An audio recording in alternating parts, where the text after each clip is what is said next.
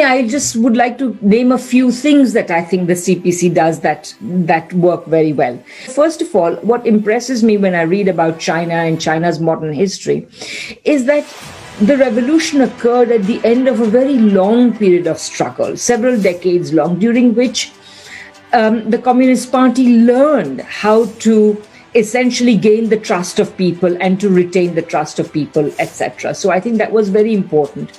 Secondly, I have always admired the ability of the Communist Party of China to bring Marxism to the people. It has been able to sinicize Marxism, to make Marxism Chinese, to make Marxism, to articulate it in an idiom that could be understood by ordinary people, and also to relate it to the historical experience of China. Thirdly, I would say that it's flexibility and responsiveness to people's needs. So I think that the CPC has demonstrated the ability to absorb a whole series of different views and to distill them into a policy at any given point in time. The Communist Party of China is a very long-lived party, and long-lived parties are rare in the history of the world. I think it's a demonstration of not only its resilience, but its flexibility.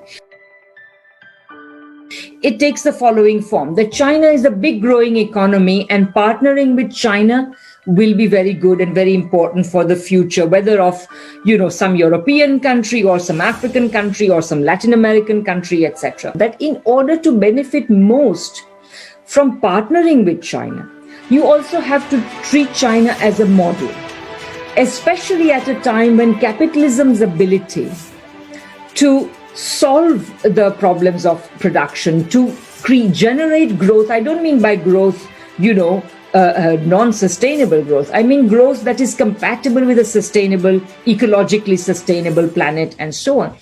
For that, so if you want to create that, you need to also model yourself on China. Whatever else you may say about the Chinese banking system, it has essentially provided the funds, the investment capacity. It has essentially created productive investment capacity, which accounts for China's lead today.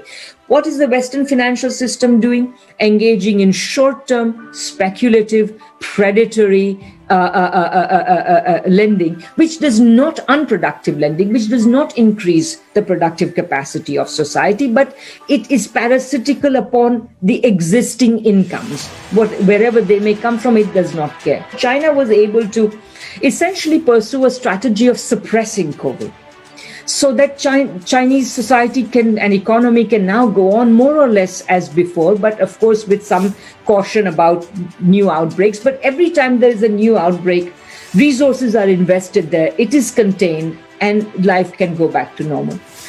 This requires something capitalism cannot provide. It requires a community-based, publicly oriented, people-centered healthcare system, which the West does not have. For the last 40 years under neoliberalism, healthcare systems. But I think China's got more things right, and there's a lot to learn from China. And I think other countries should try to understand that.